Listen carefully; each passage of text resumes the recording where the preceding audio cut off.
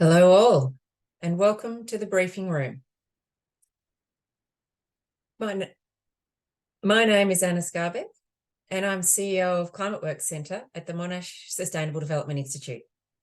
This is the fourth event in Climateworks' 2023 briefing room series, which covers different facets of the net zero transition in Australia and Southeast Asia.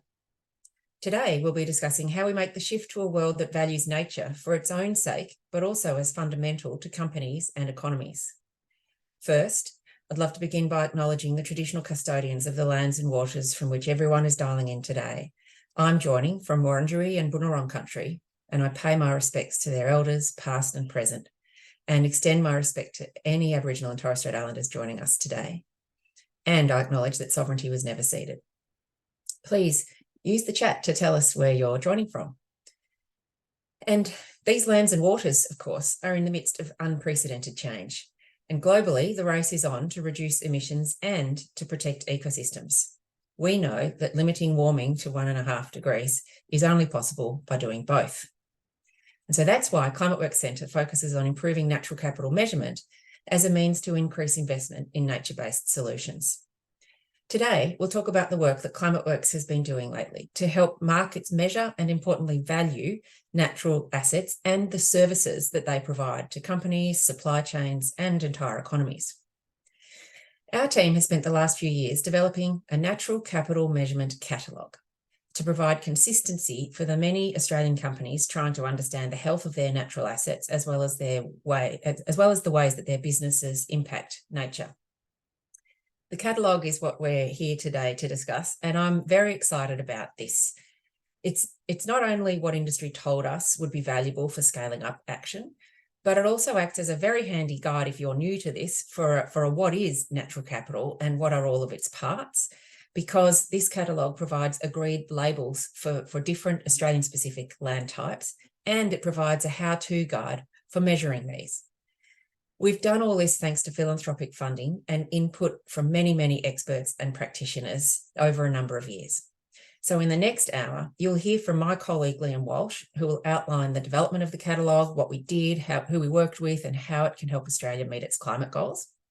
And then you'll hear from Liam's team member, Eithne Cahill, who will showcase the catalogue and some of the ways that it can be used for natural capital assessment and accounting and give you a walkthrough. And finally, I'll be speaking with Carolin Leeshaa, who's a member of the Global Task Force on Nature-Related Financial Disclosures, the TNFD, to get her thoughts on how the TNFD and the catalogue can promote nature-positive investment in Australia. And of course, if you're familiar with the natural capital sector, you'll know that the TNFD is doing its big global launch next week, and Carolin will be flying to New York later this week to join that. So I look forward to hearing from all our panellists today, and we will have the opportunity to take your questions at the end. So please send them through the Q&A section on your screen. So firstly, it's my pleasure to introduce you all to our first speaker today, Liam Walsh. Liam's the head of our Climateworks Centre Food, Land and Ocean team, which is dedicated to strengthening the relationship between climate action and nature. Liam has worked with major companies and governments in Australia, Vietnam, Kenya, Liberia, and the UK to bring about needed change in global food systems. And he's leading impactful work at Climateworks. So over to you, Liam, to tell us all about this natural capital work. Thank you, Anna, and hello, everyone. Thank you for joining today. I wanted to start by talking more broadly about nature. I think it's fair to say that nature has long been absent in economic thought, in spite of the fact that our economies are enmeshed within nature and cannot exist without it.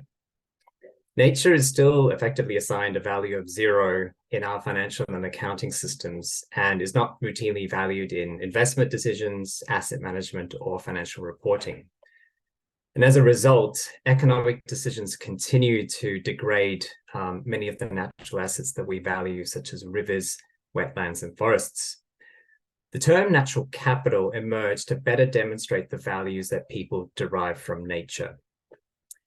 A natural capital approach seeks to bring the worlds of economics and ecology face to face.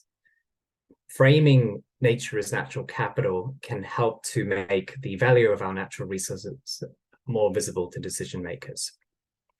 Now, around the world, governments have begun to incorporate natural capital and ecosystem service information into their policy and management. And this has become more pressing, particularly following the landmark agreement that was signed at the United Nations Biodiversity Conference last year. Major corporations and financiers are also realizing that they depend on natural capital for their raw materials, energy, land, water, and also a stable climate as the base for their businesses. And for both the private sector and governments, there is also an increasing understanding that nature has an essential role to play in meeting the transition to net zero. And that is why nature is really critical to our work at Climateworks Centre. We recognize that there is no net zero without nature, and that ultimately limiting warming to 1.5 degrees is going to require both a significant reduction in emissions and the protection and restoration of ecosystems. Now, whether your goal is to reduce emissions, improve biodiversity, or help to conserve crucial water resources, our ability to measure and quantify the state of nature is crucial, ultimately, if we want to see nature feature on the balance sheet.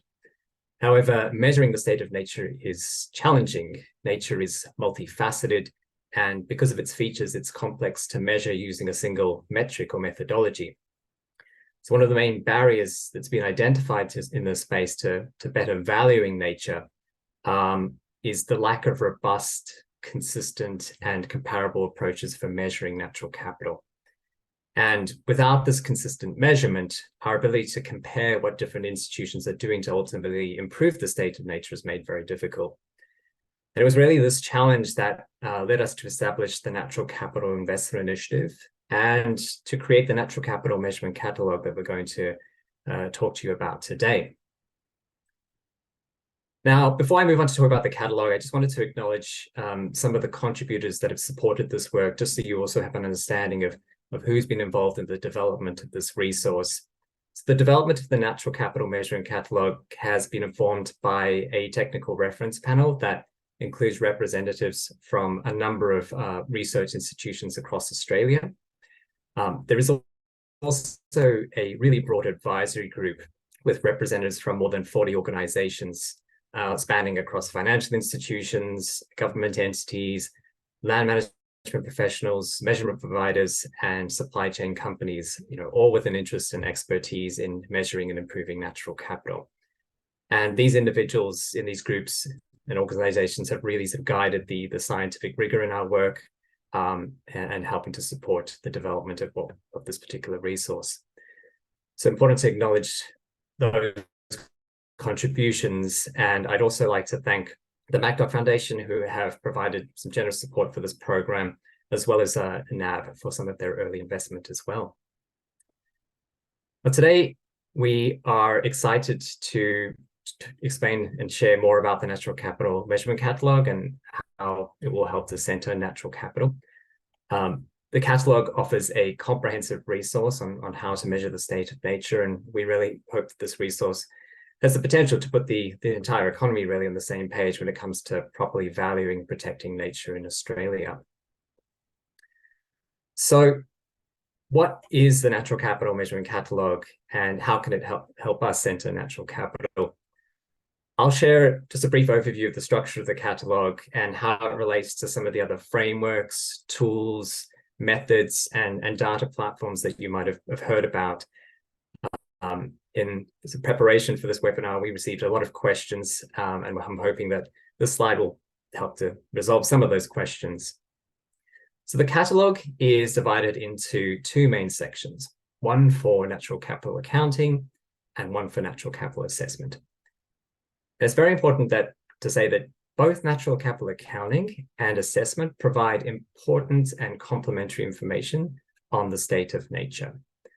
But the section on natural capital accounting is applicable primarily for those entities that either own or manage land to help them understand the size, the condition, and the benefits associated with some of the natural assets that they have. And the section on natural capital assessment is applicable to all organizations that are looking to understand just how their operations and supply chains both impact and depend on nature. The catalogue includes a number of fit-for-purpose metrics for both of these uses, and these metrics were ultimately selected with based on the advice of the technical reference panel. They guided the selection of these metrics that we now have selected. The catalogue also draws on a number of important international frameworks, including the United Nations System of Economic Environmental Accounting, better known as UNCEA, and other global corporate sustainability reporting frameworks, such as the Natural Capital Protocol and the emerging framework from the Task Force on Nature-Related Financial Disclosures. And you'll come to hear a bit more about the TNFD as an impetus for nature-positive finance when Anna and Carolin speak later on. Both sections in the catalogue, as I said, provide users with information on what to measure and how to measure it. And in the how to measure bucket, there are a number of methods that show users how to collect and transform data. So the methods we've included have been informed by other groups who ultimately developed some of these methods, certify them, and audit these practices. So for example, you might have heard about an organization like Accounting for Nature. Our catalogue notes the metrics and methods used by Accounting for Nature to make it easier for people to find them, use them, even if they aren't necessarily participating in the AFM program. And the same goes for some other programs with whom we work, like the Farming for the Future program as well. The catalogue also connects users to publicly available data sources and tools, and refers back to some of these international frameworks with that throughout. And the main aim in developing this catalogue is really to promote consistency between all the various actors that are already measuring natural capital or will soon be measuring natural capital.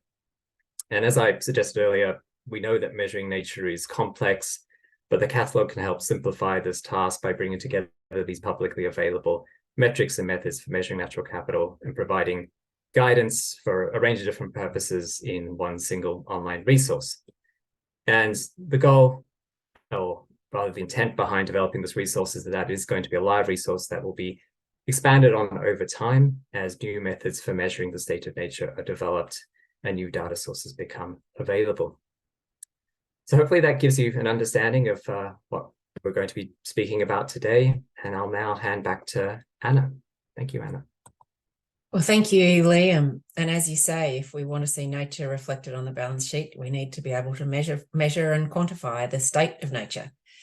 And that reflects our focus at Climateworks Centre, where we really focus on shifting systems to sustainable pathways. And so here we are providing foundational measures to ensure that what we know about nature can be linked to what a company values and others in the economy, including investors, and what is disclosed in their financial reports to show what they're investing in and where priorities lie. So we hope that the Natural Capital Measurement Catalogue can make it much easier for companies to assess and account for their interactions with nature. So let's bring in our second speaker, Eithne Cahill, who will give us a more in-depth look at the catalogue itself. Over to you, Eithne. Thank you, Anna. Good afternoon, everyone, and thank you for joining us today. The Climateworks team has been working on the catalogue, as Liam mentioned, for several years, working closely with stakeholders to develop the version that's now ready to put into use. We launched this improved version in July. The catalogue is like an open library that helps users to measure natural capital, listing evidence-based metrics and methods that are fit for purpose. The catalogue is a unique living resource that will continue to be refined, expanded, and tested over time to ensure it supports the consistent measurement of natural capital for a wide range of applications and users.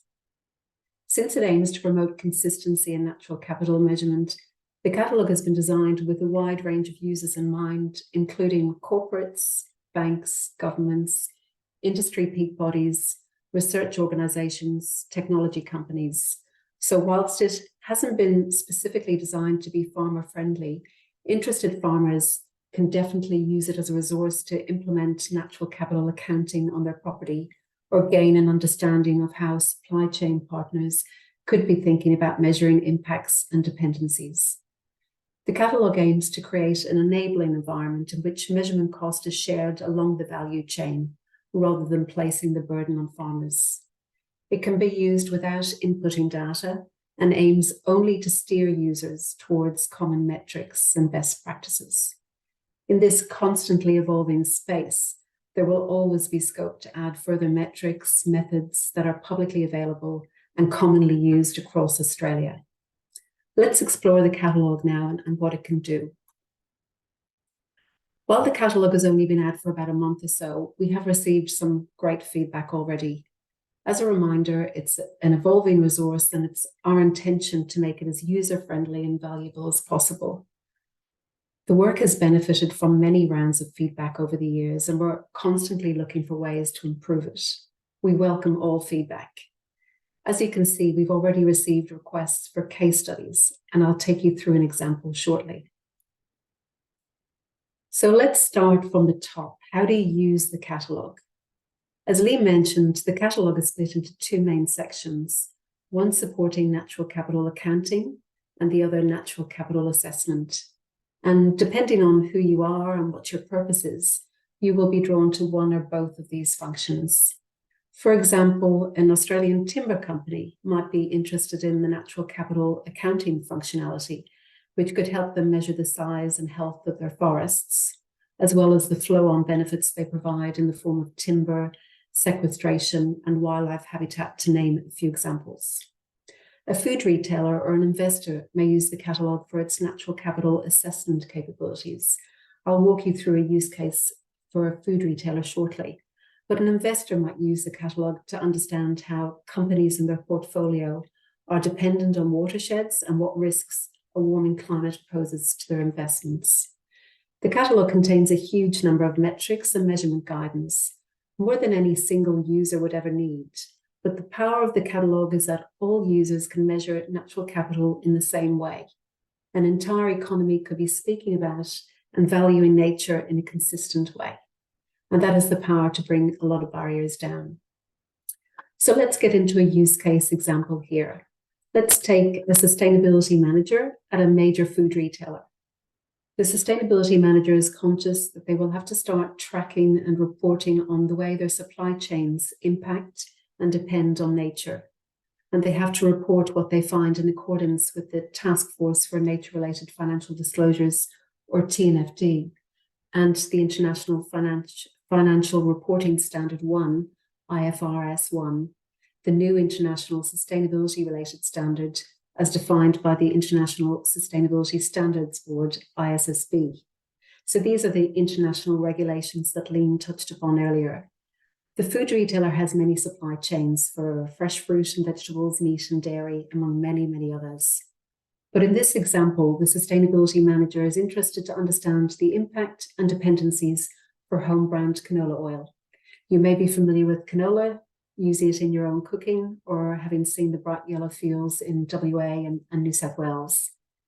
They need to know specifically how canola oil is impacting biodiversity and how much it depends on water. So I'll quickly note that in this example, we're only going to look at one impact and one dependency metric, that is biodiversity and water. But a user would generally investigate more than one metric for an accurate and holistic natural capital assessment. So starting with the biodiversity impact assessment, let's first look at the metrics the sustainability manager can use to assess the impacts on biodiversity and ecosystems. Think of this as similar to a nature equivalent of Scope 3 emissions. The food retailer's total impacts on biodiversity and ecosystems include impacts of all suppliers in their value chain. In this case, the food retailer is responsible for the impact of the canola supplier on biodiversity. So back in the catalogue, the sustainability manager navigates to biodiversity and ecosystems. So the measurement that they're interested in is the total extent of land use change caused by canola oil suppliers.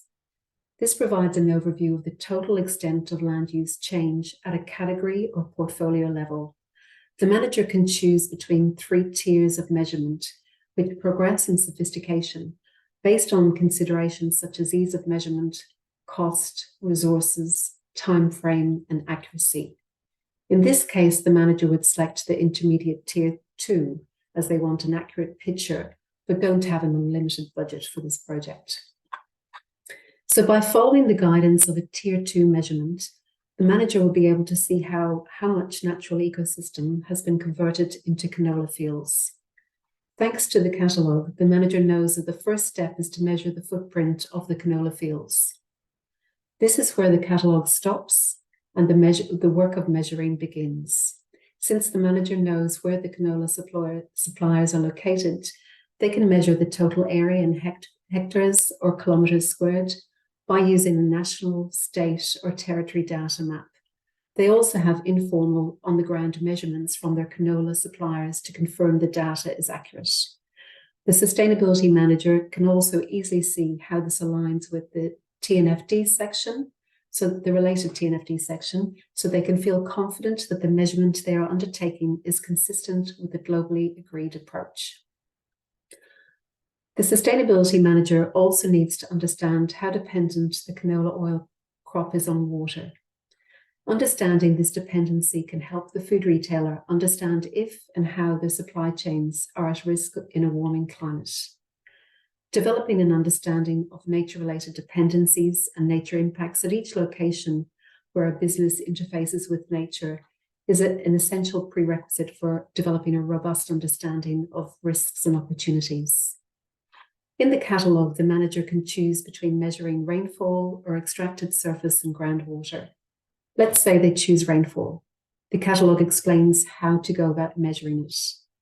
The manager might start by looking at the Bureau of Meteorology precipitation data, but they would need to bring it back up with some combination of desktop research and conversations with suppliers to understand how much rain the area typically receives and what the optimal rain conditions for canola are. In the end, the manager will have a picture of how much canola depends on water and whether or not there are any risks to the supply chain based on the amount of rainfall the crops are or aren't getting.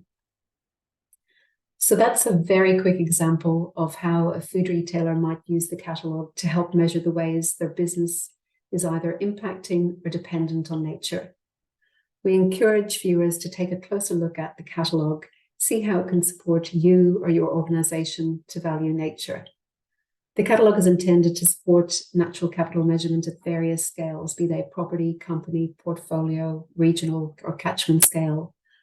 Again, we welcome your feedback, be it from a usability or a technical perspective, so for additional metrics, methodologies, data sources, or sense-checking alignment with other key frameworks. Some links are now being shared in the chat. And I'll now hand you back over to Anna. Thank you.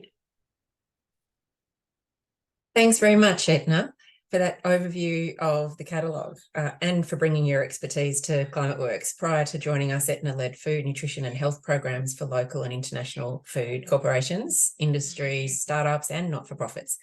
And now she leads our Natural Capital Investment Initiative, which is in its 4th year and works with governments, financial institutions and food supply organisations to incentivise natural capital measurement. So for listeners who may have just joined during those presentations, welcome to Climateworks Centre's briefing room, where we're talking about nature's fundamental role in business and economies. I'm Anna Skarbek, CEO of Climateworks Centre, and we've just heard from 2 of our experts in food systems and natural capital about the importance of measuring nature consistently and about the new catalogue that has been developed with industry and government to help Australian companies do just that. So if you have a question about anything you've heard, please submit those via the Q&A button at the bottom of your screen.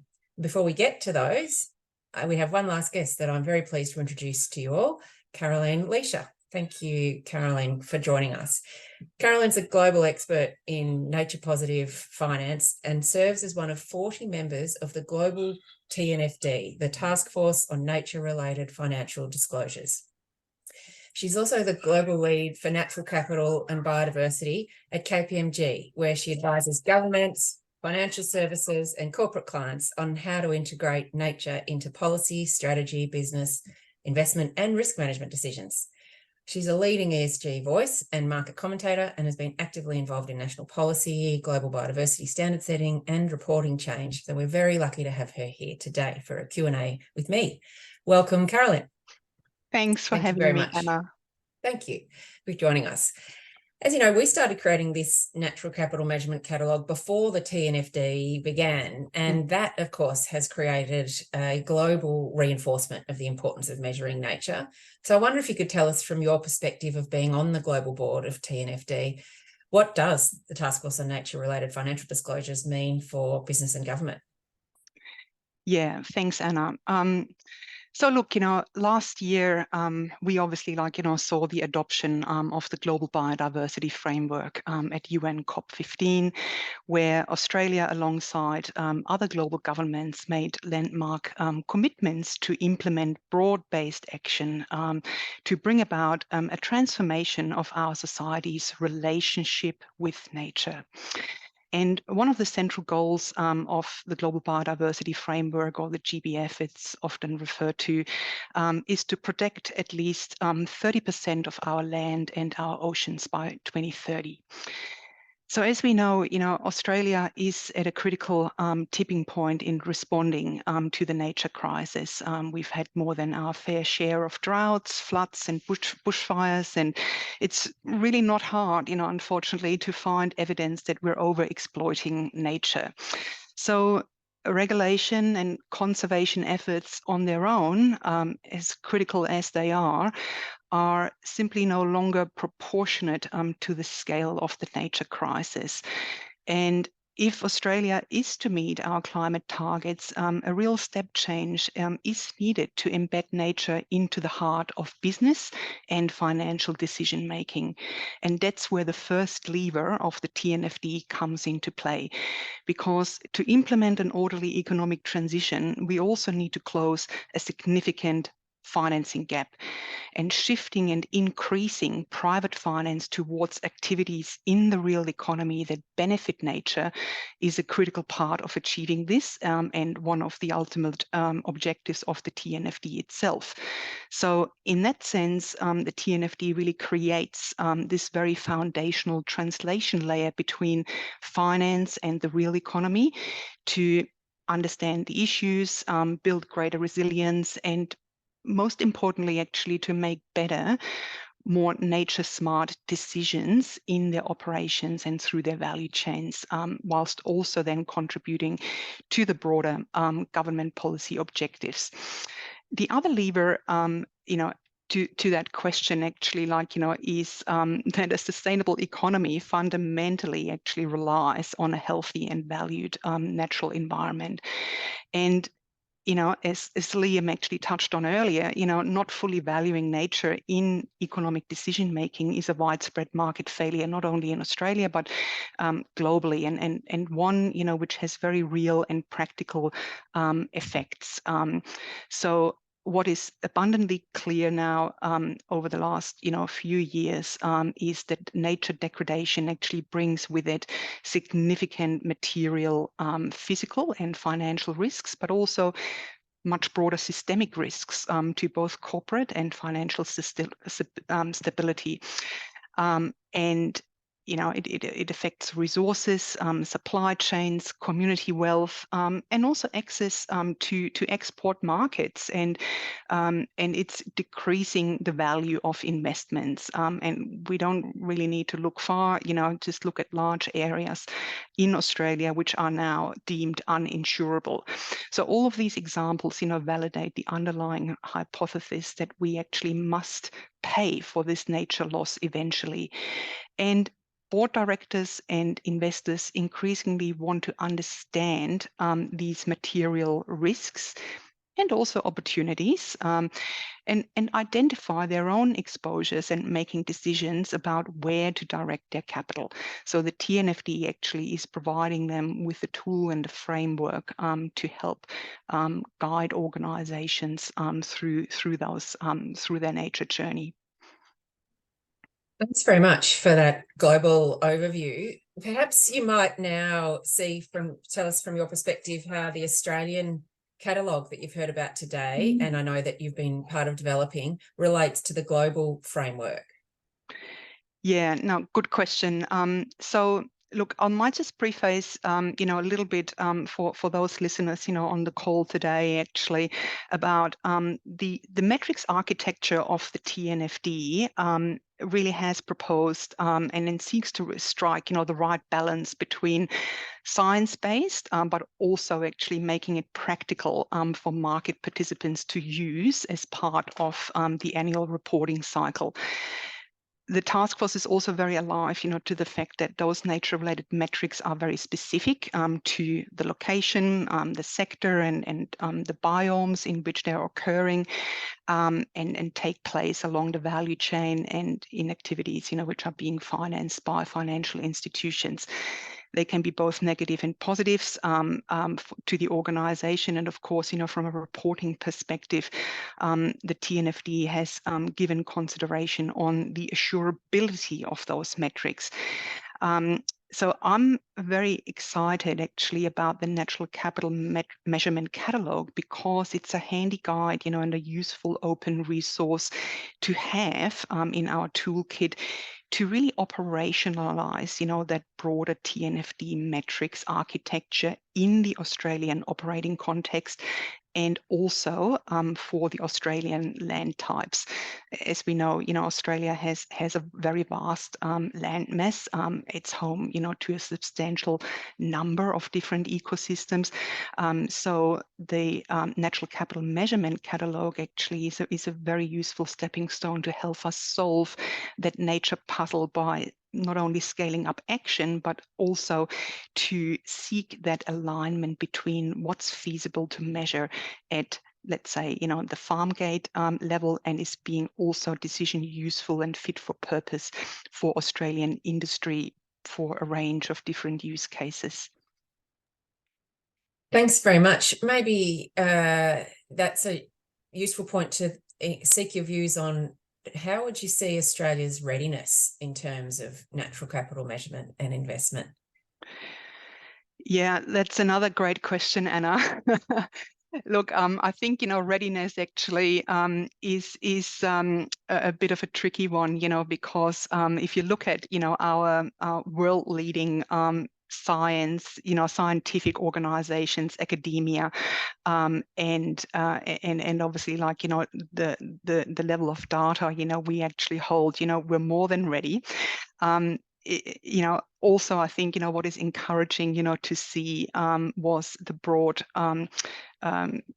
support, from the Australian government of the TNFD framework, and the large uptake we actually had of leading organisations and financial institutions, having piloted the TNFD framework. So you could see, like, the flywheels, of this systems change, are already in motion now. And I do believe, Australia can be at the forefront of adoption and best practice, but getting it right, will not happen automatically either.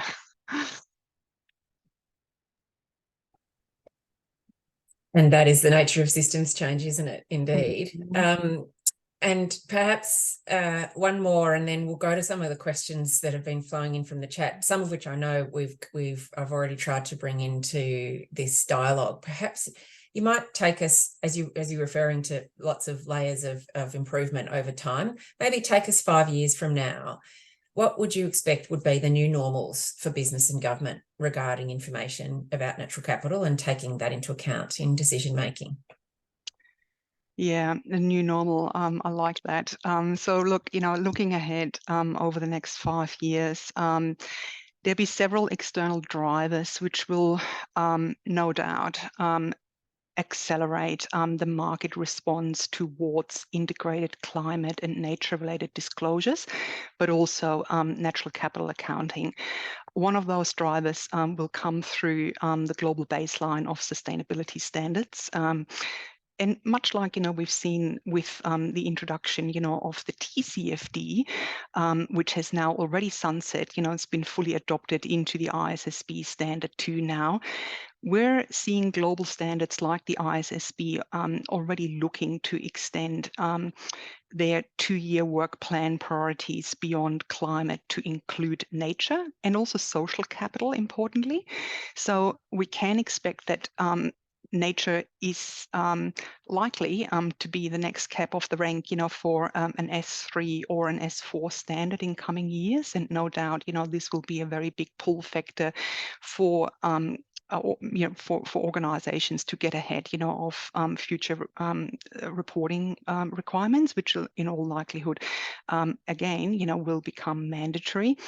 And like what happened, when the TCFD was first rolled out, and we can expect first adopters of reporters, and those, with the ambition to actually lead by integrating climate and nature disclosures in, FY24 and FY25, and we're likely to see a wave, of fast followers, and with that, the comparability in and amongst corporations within sectors will increase, and that raises the tide, for all corporates to lift their ambition, targets, accountability, and action.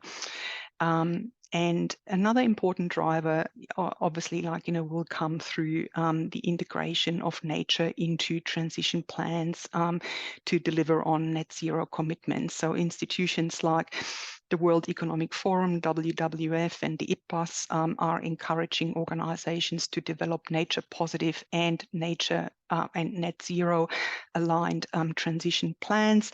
The SBTN actually have issued guidance on setting nature positive targets aligned with science. And at the global level, again, the World Business Council for Sustainable Development is developing nature positive roadmaps for several key sectors that can be adopted by industry.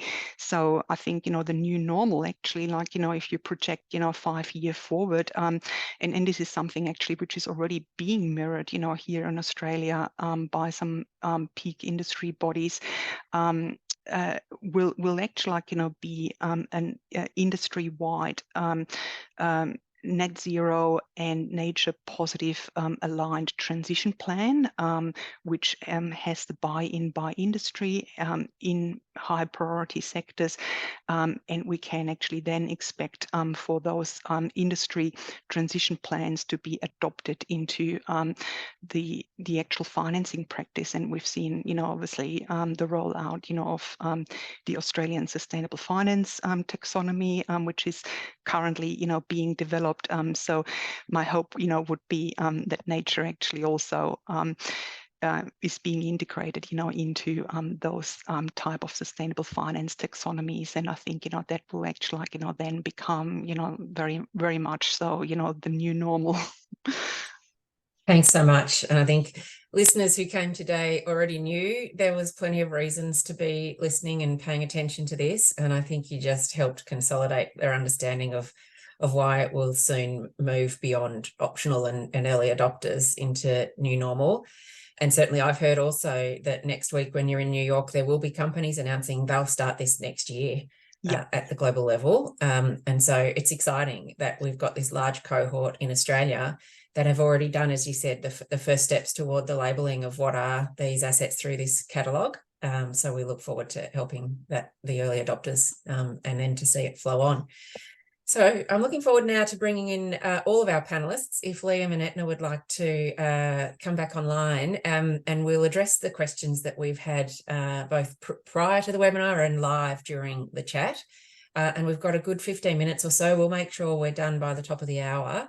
And there's been a great flood of questions, broadly a bunch around operationalising, and we'll come to some of those, but there are also some around scope.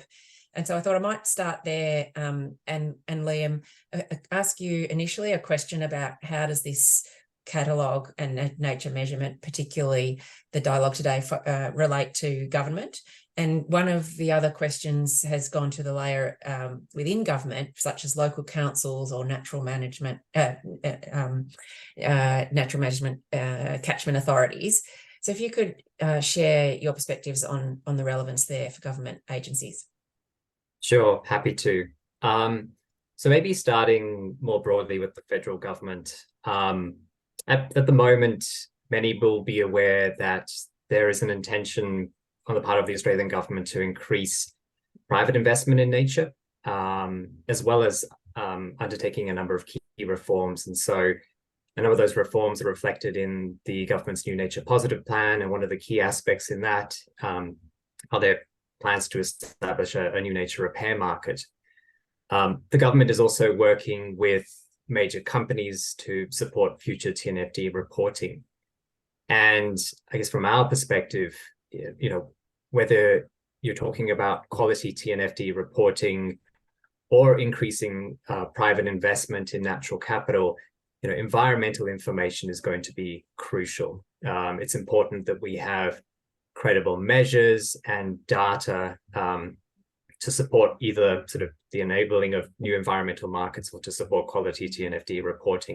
And so it's really our hope moving forward that this resource that we've developed, the catalogue, will become an important resource for the Australian government and potentially state governments as they build and enhance the measurement systems and the data sets that are going to support some of that TNFD reporting and also the formation of new environmental markets. So we're hopeful that that's going to be helpful at a federal level moving forward. To the specific question around use by local councils and governments, I think, local councils specifically, I think that's where looking to the section on natural capital accounting in the catalogue is going to be beneficial. As I explained earlier, it's really that section that's going to support entities that either own or manage land. And so I'd really encourage those working in that space to start to kind of delve into that section and to look at some of the ways in which they can better understand and start to measure some of the natural assets and then ultimately put actions in place to improve some of those moving forward. Thank you. Might move to Eithne. There's been a lot of questions about putting those actions in place and also using the catalogue itself. And Eithne, there was, I'm going to merge two questions here, not related, but both about usage. And one was around if a region was to measure the whole supply chain, where's the funding for measuring the impacts? How do we think about the cost of measuring in terms of that effort and sharing that across supply chains? And there was a related question about geospatial tools, given the specificity of many of the nature measurements. And the reason I link those two is that I know that some of what you're going to be trialling in the adoption of this catalogue is how to measure efficiently and where the sources of measurement or sources of data could come from. And so perhaps you might share a little bit about what you've learned already about the options for that. Sure. The Natural Capital Investment Initiative pilots that we're running that are utilising metrics from the Natural Capital Measurement Catalogue are really testing the feasibility of measuring efficiently, credibly at scale along the value chain, be it the customer or supply base with our pilot partners. So yes, certainly looking to in the pilots, we'll be looking to assess the feasibility of remote measurement of natural capital and also looking to sense check that with accuracy and on the ground measurement. So this is certainly something that we're actively exploring in the pilots that we're running. Thanks. And Carolin, I might flow to you. There was a related question about assurance of the data or quality control was the way that the question put it. And the question linked it to the catalogue, but I know that this is an opportunity to clarify. The catalogue itself is the labelling system. It isn't a database. So many others may create databases. There are existing sources of data. And similarly, our catalogue suggests a drop-down menu of where there are an existing source of data that you can draw from and therefore create your own natural capital report. But nonetheless, Carolin, the quality control question is a really valid one, especially in this emergent stage. And I wonder if you might share what you see as current but also future likely practice in quality control for nature reporting. Yeah, look, I think it's a really good question because, being able to transparently assess the company's, most material risks and applying, the LEAP approach and demonstrating how you're actually proactively managing those risks and implementing mitigation activities and strategies are fundamentally important, and obviously the action taken by the Australian regulators in response to greenwashing has shown no signs of slowing down. So ASIC has made it very clear that surveillance is not only confined to disclosure documents, but they will also review other relevant sources of information, including advertisement information contained on companies' website, and also green financial products.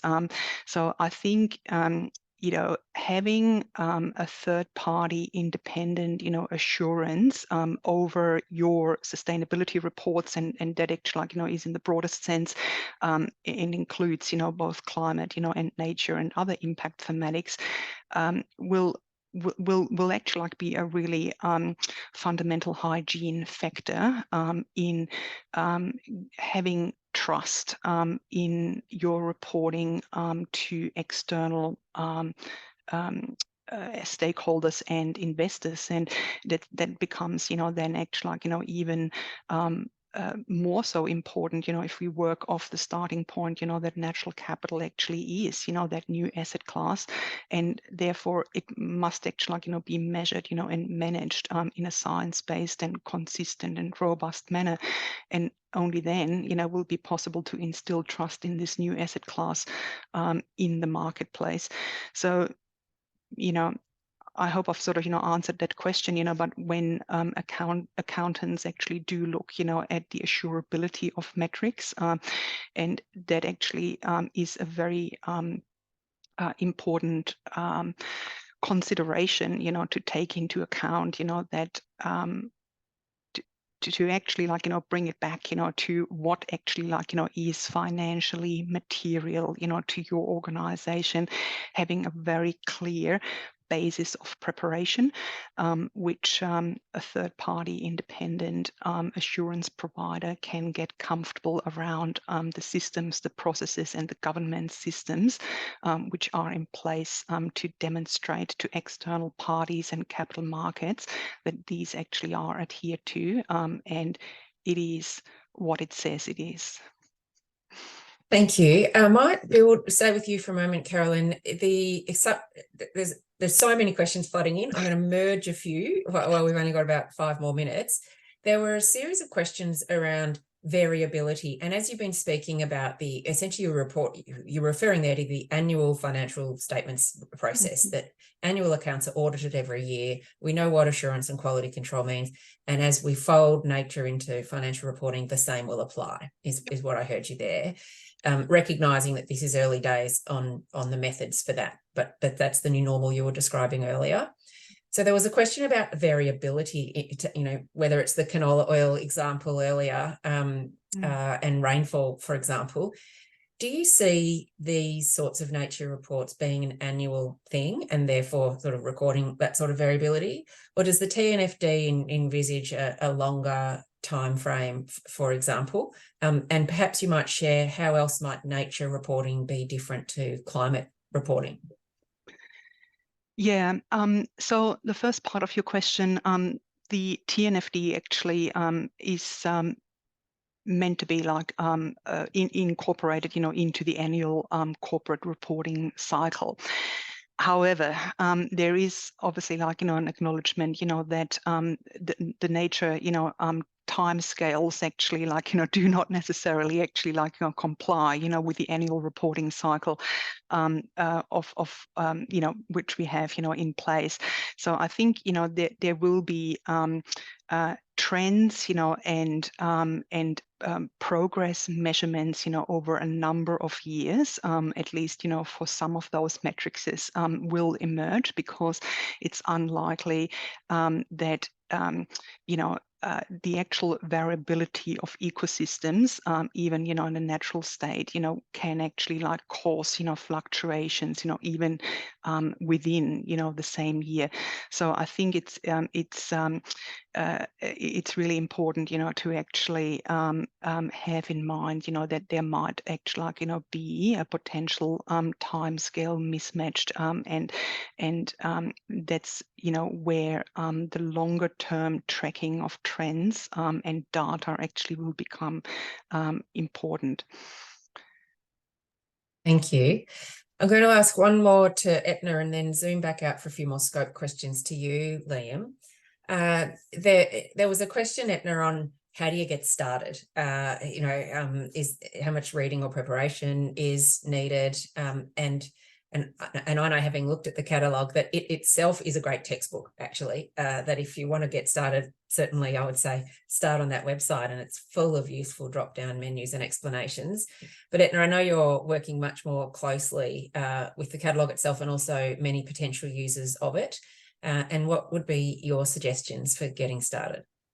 Sure. The catalogue is intended to provide an entry point for natural capital measurement for a range of users, from beginners through to advanced. We tried to achieve that through the tiered approach, so the descriptions throughout the catalogue and the extensive help and glossary. We have had some initial feedback that while this space is maturing, for some users that are not quite familiar with some of the terms and processes of undertaking a natural capital account or a natural capital assessment, the catalogue is not a guide for users through the process of going about measurements, such as in relation to other frameworks, such as the TNFD or the Natural Capital Protocol. So it's really intended to complement the existing frameworks and protocols once a materiality kind of exercise has been undertaken. So the catalogue essentially shows the how to measure, but the user must be able to first kind of identify the areas that they're looking to measure and then go out and conduct the measurement or have that done for them. So as such, the user will need to have that understanding or a certain amount of experience or technical expertise to start to determine which metrics and methodologies to select from the catalogue. We are looking to include and add case studies and further guidance to the website. Thanks. That's a really helpful explanation. And another helpful asset will be the slides that we share after today that you saw earlier. I know at Climateworks, we benefit from the years of experience that Liam and Eithne bring, as with our industry partners such as Carolin and all of the advisory panel. And there's a slide that we shared today that shows the point Eithne was just making, that there are these global frameworks. There's the TNFD, which steps you through how to assess your impacts and dependencies on nature. And there's the UN SEA, the Statement on Environmental Economic Accounts, which helps governments recognise natural capital as an asset and therefore understand from an accounting perspective what nature means. And these have established categories of labels and language. And so the catalogue that we've presented today draws from those so that you can rest assured that it is very consistent with all of the internationally agreed frameworks. And I think, Eithne, you're rightly saying the guides are global. The tool here is local, that we've helped create the catalogue with this excellent support from industry and research and philanthropy to show that it will be consistent. But you're absolutely right that if you're not across the frameworks on how to assess, then go to the global guides for that. And then you have with the Australian specific descriptions of what to measure, and then these 3 tiers of how to measure, whether there's the basic version or the more sophisticated version. Essentially, that's the difference of the tiers. So hopefully that's a helpful explanation. We've got a minute left, Liam, and there are a couple of other questions on scope, and I'm going to merge these again. There was one on, does this, or could it perhaps in future, the catalogue also extend to the built environment? So we've started with natural landscapes, and might it extend to the impact of nature on the built environment? And then I wonder if you have any time in the last minute for sharing anything about how Indigenous perspectives are being incorporated. Yeah, so the question around the built environment is an interesting one, actually, and probably one that I'd have to maybe give some thought to, really, about how it might apply. So maybe that's one for us to follow up on and maybe come back with a bit more of a response. But on your second question, Anna, yeah, I guess happy to just provide a view around sort of how the catalogue, or rather our work in the Natural Capital Investment Initiative seeks to incorporate a First Nations or an Indigenous perspective. I mean, just before I kind of get into talking specifically about that, I think it's very important to acknowledge that, around the world for many Indigenous peoples, including Aboriginal and Torres Strait Islander peoples, the way that they essentially conceptualize nature compared to how we do in a lot of Western thinking is really quite different. In Western thinking, there is often a separation between nature and people, between nature and culture, and Indigenous people in many parts of the world do not generally separate natural resources from cultural heritage. They think about both these things in a holistic way. So how we reconcile this rather big philosophical difference is, it's one of the questions of our time, but it's important to recognize that. Having said this, I do think there is scope within a natural capital and natural capital accounting approach and within the catalogue to try and include traditional eco-knowledge and cultural significance. So there are a number of organizations at the moment that are exploring, how you might do this, how you might incorporate the cultural significance of natural assets in an environmental account. This is obviously challenging for a number of reasons. There are some things that are ultimately intangible and are really difficult to quantify and probably shouldn't be quantified, such as ceremonial practices or song lines. But there are some that are looking at how we can develop appropriate methods to capture the manner in which Aboriginal and Torres Strait Islander people sort of value tangible assets such as, sacred rock sites or sacred water bodies.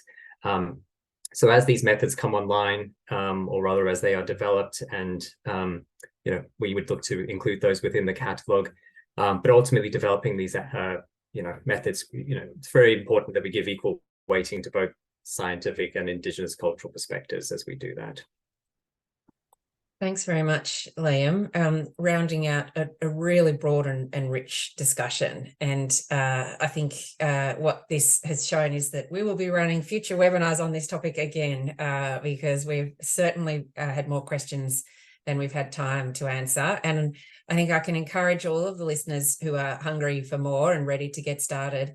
There are many providers of natural capital measurement services and tools, data, methodologies, on-site measurement, remote software.